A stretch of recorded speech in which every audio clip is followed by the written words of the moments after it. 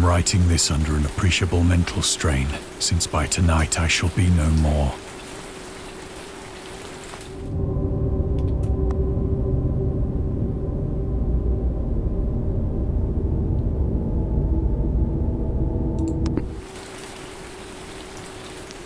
Penniless, and at the end of my supply of the drug which alone makes life endurable, I can bear the torture no longer, and shall cast myself from this garret window into the squalid street below.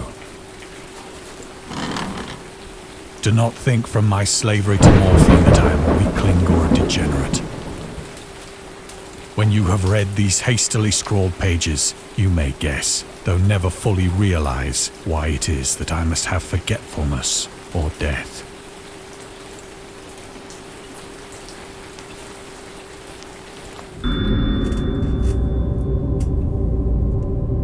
Morphine entered into use in the 19th century and was routinely administered to treat severe pain during the American Civil War and World War I. It was also sold without restrictions until 1914. Dang. Morphine became popular after the invention of the epidemic syringe around 1854. Frederick Sertiner at first isolated the substance, originally named it morphium. After Morpheus, the Greek god associated with dreams. Interesting. At the time when Dagon was published, morphine abuse, known as soldier's disease, already posed a big problem in the United States. Interesting. Let's continue.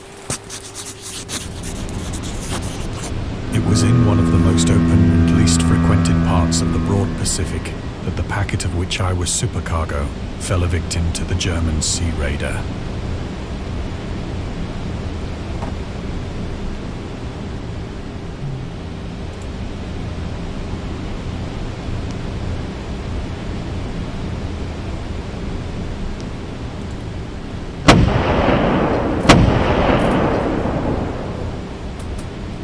The Great War was then at its very beginning, and the ocean forces of the Hun had not completely sunk to their later degradation.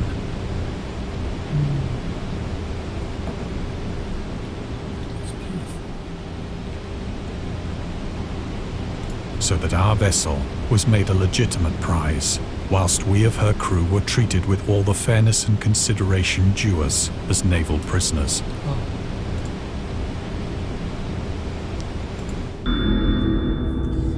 Were Central Asian nomads who established dominion in Europe and invaded the Roman Empire in the 5th century AD. They were known as brutal, deadly warriors and masters of quick raids who also developed powerful compositive bows, lassos, and early siege weapons. During World War I, the British used the word Hun as a synonym for Germans. Interesting. In order to emphasize their brutality. However, the term originated when the German Emperor Wilhelm II gave a speech to his troops on 27th of July 1900 before they embarked to China. Should you encounter the enemy, he will be defeated. No quarter will be given. Prisoners will not be taken. Whoever falls into your hands is forfeit.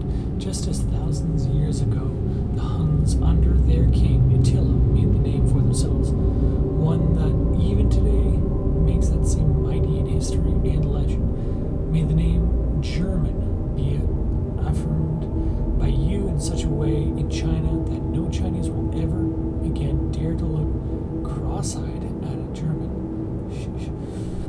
The refusal to take prisoners was a clear breach of laws and custom of war adopted in the First Hague Convention of 1899.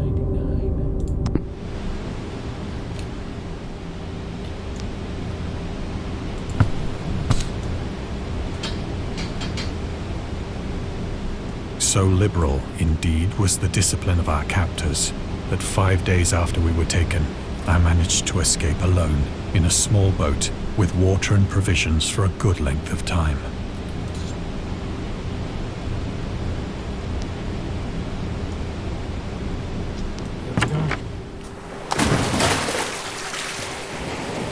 When I finally found myself adrift and free, I had but little idea of my surroundings. Never a competent navigator, I could only guess vaguely by the sun and stars that I was somewhat south of the equator. Of the longitude, I knew nothing, and no island or coastline was in sight.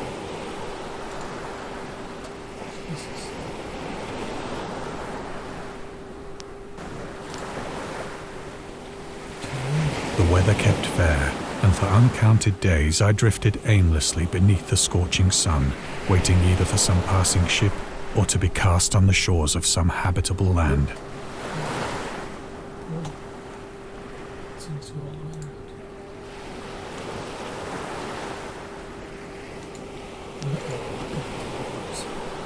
But neither ship nor land appeared, and I began to despair in my solitude upon the heaving vastness of unbroken blue.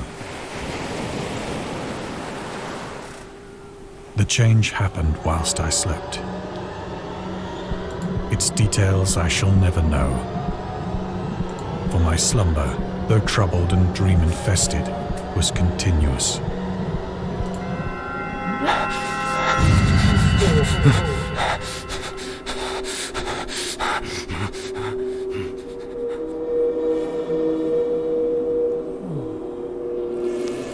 When at last I awoke, it was to discover myself half sucked into a slimy expanse of hellish black mire, which extended about me in monotonous undulations as far as I could see, and in which my boat lay grounded some distance away. Though one might well imagine that my first sensation would be of wonder at so prodigious and unexpected a transformation of scenery, I was in reality more horrified than astonished. For there was in the air and in the rotting soil a sinister quality which chilled me to the very core. Are we going to talk about these creatures? The region was putrid with the carcasses of decaying fish and of other less describable things which I saw protruding from the nasty mud of the unending plain. Perhaps I should not hope to convey in mere words the unutterable hideousness that can dwell in absolute silence and barren immensity.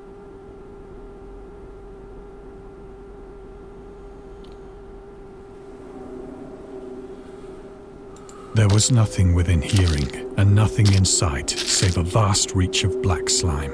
Yet the very completeness of the stillness and the homogeneity of the landscape oppressed me with a nauseating fear. The sun was blazing down from a sky which seemed to me almost black in its cloudless cruelty, as though reflecting the inky marsh beneath my feet.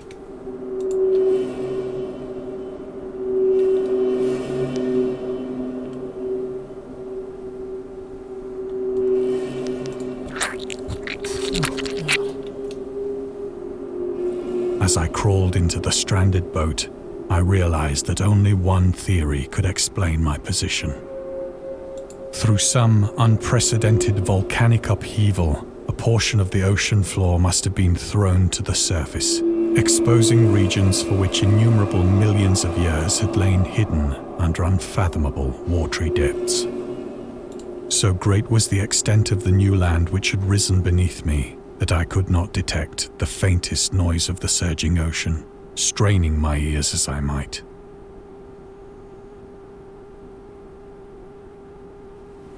Nor were there any seafowl to prey upon the dead things.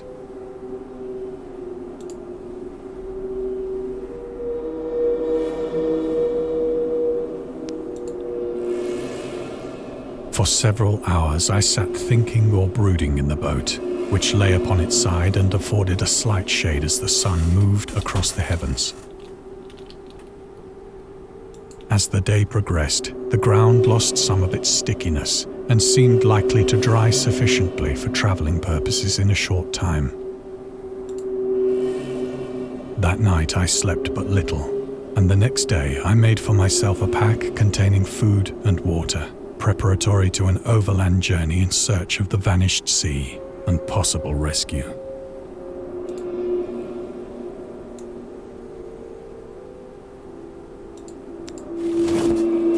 On the third morning, I found the soil dry enough to walk upon with ease. The odor of the fish was maddening, but I was too much concerned with graver things to mind so slight an evil, and set out boldly for an unknown goal.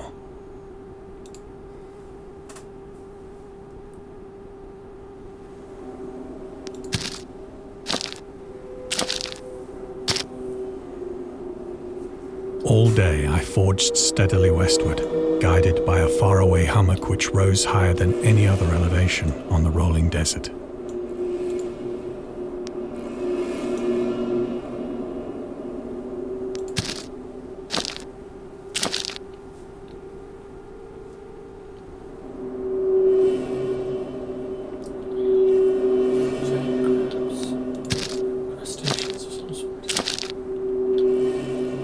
That night, I encamped, and on the following day still travelled toward the hummock, though that object seemed scarcely nearer than when I had first espied it.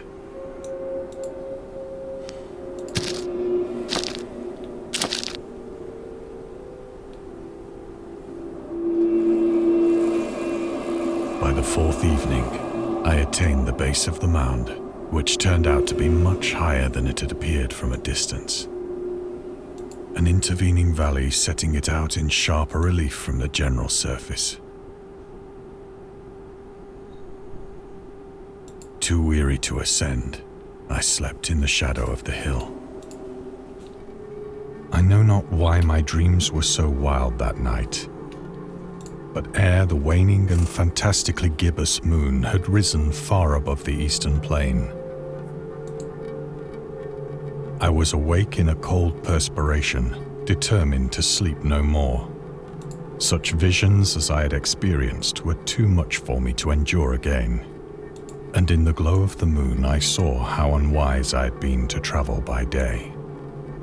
Without the glare of the parching sun, my journey would have cost me less energy. Indeed, I now felt quite able to perform the ascent which had deterred me at sunset. Picking up my pack, I started for the crest of the eminence.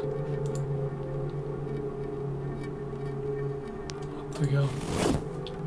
I have said that the unbroken monotony of the rolling plain was a source of vague horror to me.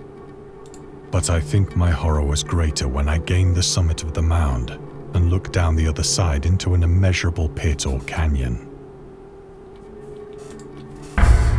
whose black recesses the moon had not yet soared high enough to illumine.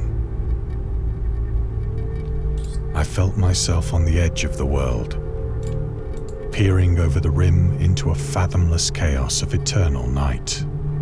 Through my terror ran curious reminiscences of Paradise Lost, and of Satan's hideous climb through the unfashioned realms of darkness.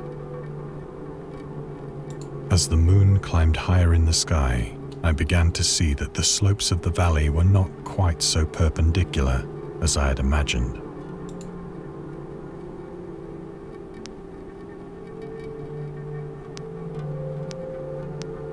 Ledges and outcroppings of rock afforded fairly easy footholds for a descent, whilst after a drop of only a few hundred feet, the declivity became very gradual.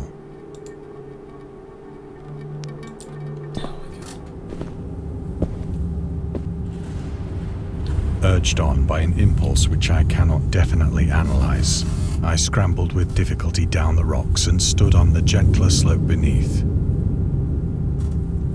gazing into the Stygian deeps, where no light had yet penetrated. All at once, my attention was captured by a vast and singular object on the opposite slope, which rose steeply about 100 yards ahead of me, an object that gleamed whitely in the newly bestowed rays of the ascending moon.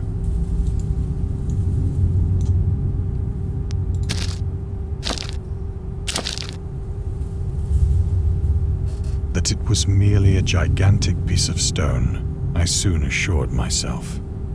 But I was conscious of a distinct impression that its contour and position were not altogether the work of nature.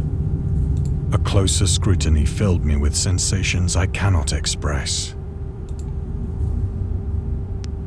For despite its enormous magnitude, and its position in an abyss which had yawned at the bottom of the sea since the world was young, I perceived beyond a doubt that the strange object was a well-shaped monolith, whose massive bulk had known the workmanship and perhaps the worship of living and thinking creatures.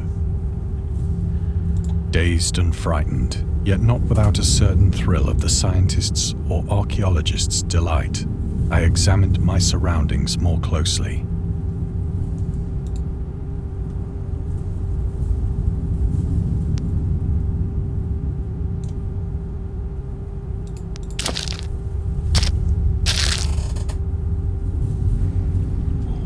The moon, now near the zenith, shone weirdly and vividly above the towering steeps that hemmed in the chasm,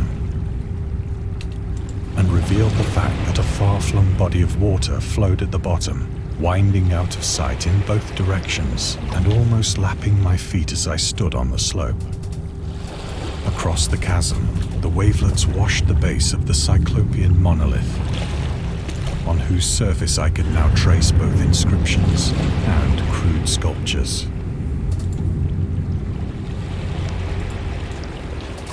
The writing was in a system of hieroglyphics unknown to me and unlike anything I'd ever seen in books, consisting for the most part of conventionalized aquatic symbols such as fishes, eels, octopi, crustaceans, mollusks, whales, and the like. Several characters obviously represented marine things which are unknown to the modern world, but whose decomposing forms I had observed on the ocean-risen plain.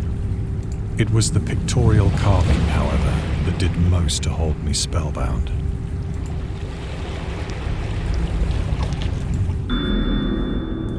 Dagon contains themes and storytelling methods that Lovecraft developed in his later work, such as telling the story through carvings, Mountain Madness, The Nameless City, journals and characters' notes, Shadow Out of Time, The Hunter in the Dark, Islands Emerging from the Ocean, Call of Cthulhu, fictional beings and deities based on real events and mythologies, Migo in the Whisper, in Darkness. It's also considered the origin of popular Cthulhu mythos. Some of Lovecraft's other stories also conclude in a manner similar to Dagon, but let's skip the details in order not to spoil the ending.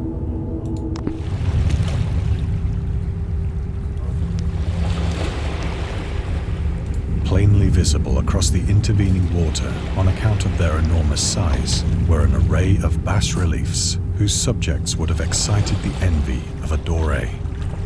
I think that these things were supposed to depict men, at least a certain sort of men, though the creatures were shown disporting like fishes in the waters of some marine grotto, or paying homage at some monolithic shrine which appeared to be under the waves as well. Of their faces and forms I dare not speak in detail, for the mere remembrance makes me grow faint, grotesque beyond the imagination of a Poe or a Bulwer. They were damnably human in general outline, despite webbed hands and feet, shockingly wide and flabby lips, glassy, bulging eyes, and other features less pleasant to recall. Curiously enough, they seem to have been chiseled badly out of proportion with their scenic background, for one of the creatures was shown in the act of killing a whale, represented as but little larger than himself. I remarked, as I say, their grotesqueness and strange size, but in a moment decided that they were merely the imaginary gods of some primitive fishing or seafaring tribe. Some tribe whose last descendant had perished eras before the first ancestor of the Piltdown or Neanderthal man was born.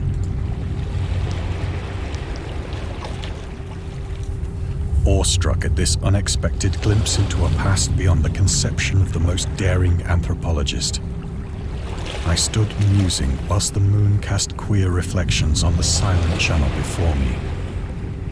Then, suddenly, I saw it. With only a slight churning to mark its rise to the surface, the thing slid into view above the dark waters. Loathsome, it darted like a stupendous monster of nightmares to the monolith, about which it flung its gigantic scaly arms, while it bowed its hideous head and gave vent to certain measured sounds.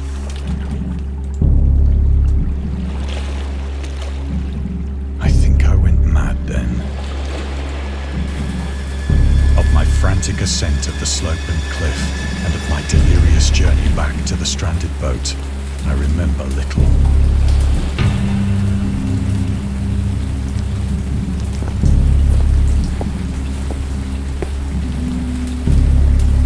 I believe I sang a great deal and laughed oddly when I was unable to sing.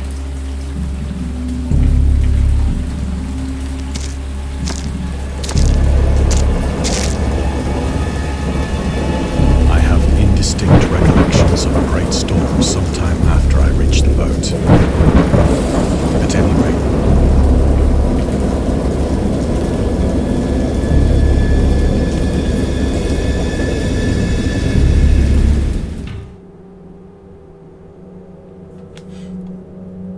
when I came out of the shadows, I was in a San Francisco hospital, brought thither by the captain of the American ship which had picked up my boat in mid-ocean.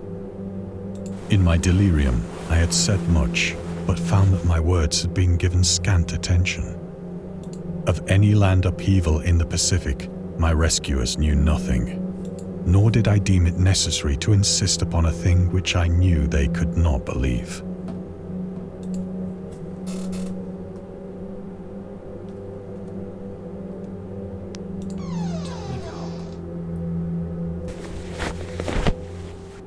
Once I sought out a celebrated ethnologist and amused him with peculiar questions regarding the ancient Philistine legend of Dagon, the fish god.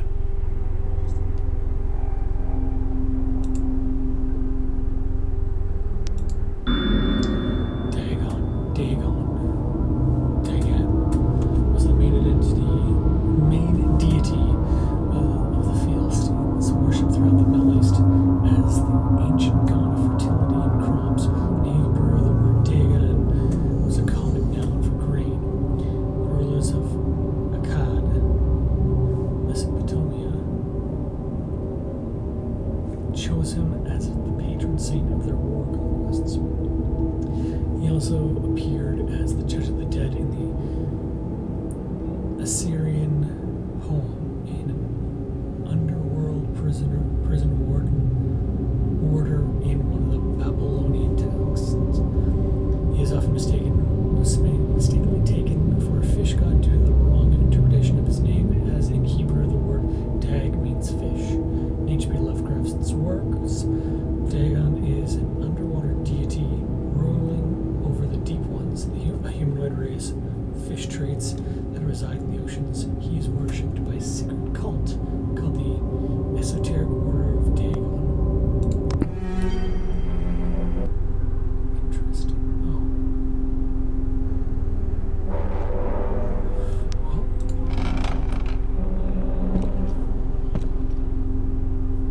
But soon perceiving that he was hopelessly conventional, I did not press my inquiries.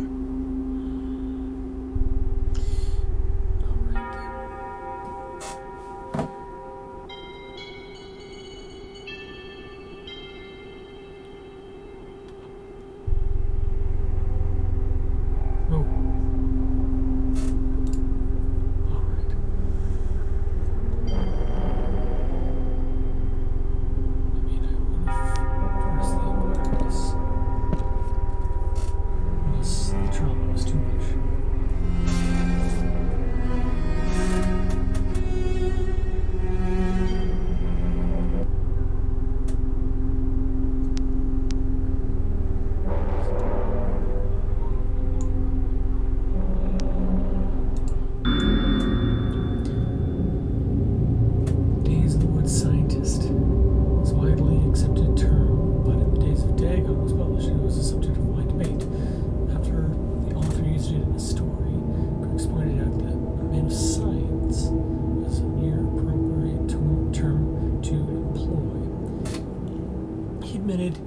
in defiance of Dagon that if Dagon were to be reprinted, he would indeed use the phrase they suggested.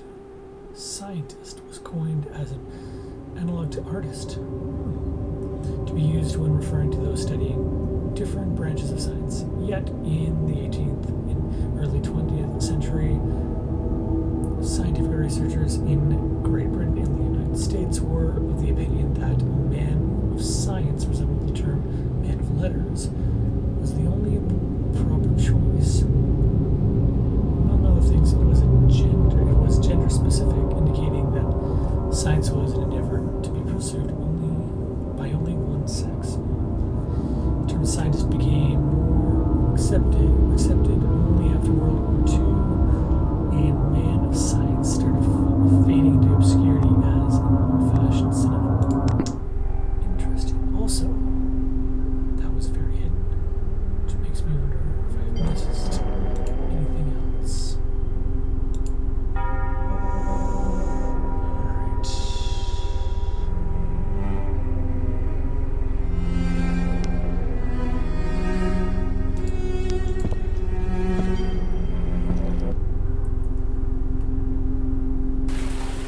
It is at night, especially when the moon is gibbous and waning, that I see the thing. I tried morphine, but the drug has given only transient surcease and has drawn me into its clutches as a hopeless slave. So now I am to end it all, having written a full account for the information or the contemptuous amusement of my fellow men.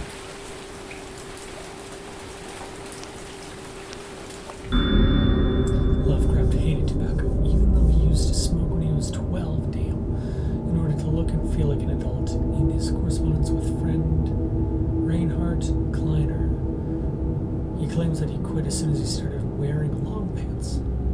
Interesting. He also had a very strong opinion about alcohol, as evidenced by his letter to Zelia Brown, dated 13th February 1928. As for the matter of drinking, I've never tasted intoxicating liquor and never intend to. Having a strong aesthetic disgust at anything which blunts or coarsens the delicate nature exposed by the evolved human intellect and imagination. Drinking excited my personal repugnance, hence I don't drink. Let the herd do what they will. I'm rather in favor of prohibition, the prohibition of any one antisocial force as well as any other source. Spirit of revision, Lovecraft's letters to Zelia Brown, Reed, Bishop, H.P. Lovecraft, Sean Branny, and Andrew Lehman, S.T. Joshi. Interesting.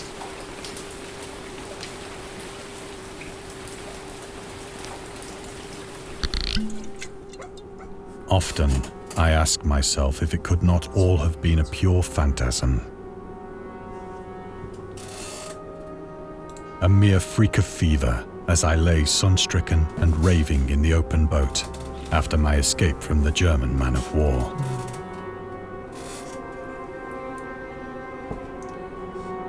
This I ask myself, but ever does there come before me a hideously vivid vision in reply.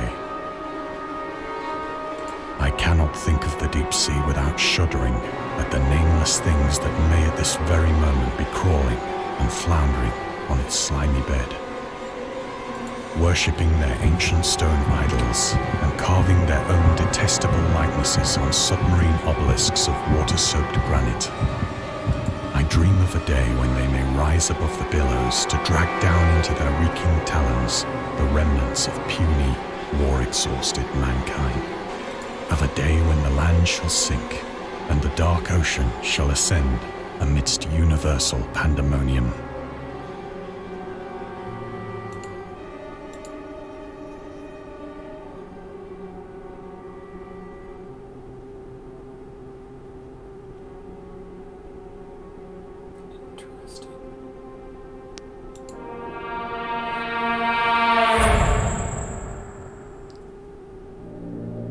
end is near.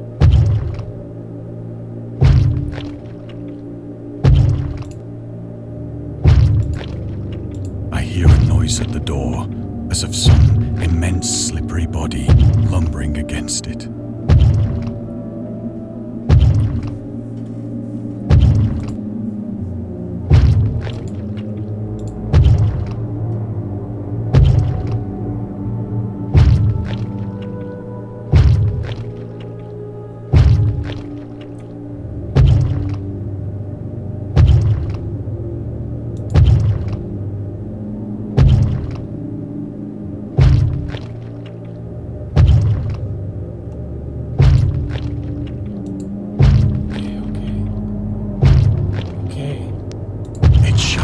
Find me.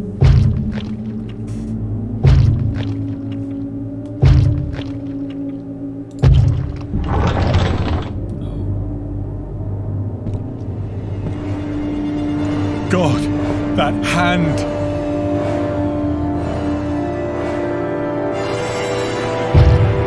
The window! The window!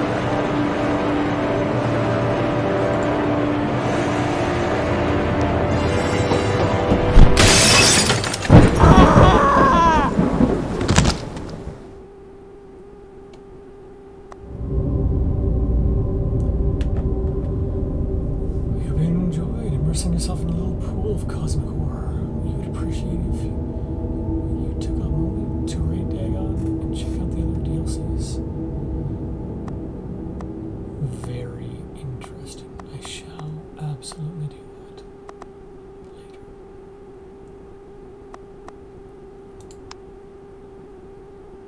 And that's it. For one, that artwork right there is beautiful.